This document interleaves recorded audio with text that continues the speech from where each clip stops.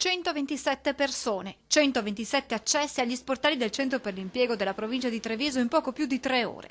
Un trend in linea con l'andamento registrato da inizio anno, con gli uffici del Sant'Artemio presi letteralmente d'assalto. Solamente nei primi 3 giorni di apertura, per date le festività, 479 accessi nei primi 3 giorni del 2014. Una media di 160 accessi al giorno agli sportelli, che vengono aperti al pubblico prima dell'orario previsto per permettere alle persone in coda fuori di entrare.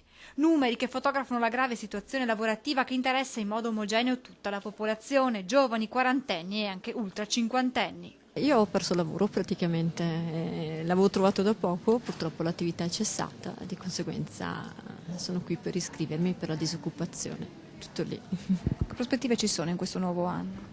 Molto poche, sinceramente, molto poche, soprattutto per chi come me non è neanche più giovane. Io facevo la badante, per il momento sono disoccupata perché difficilmente si trova un lavoro anche di questo genere. Che prospettive ci sono per questo nuovo anno? Speriamo qualche fortuna.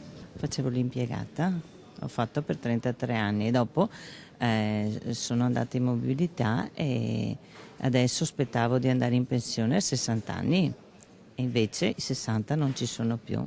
Che prospettive ci sono? Niente, di rimanere fino a 67-68 senza lavoro e senza soldi.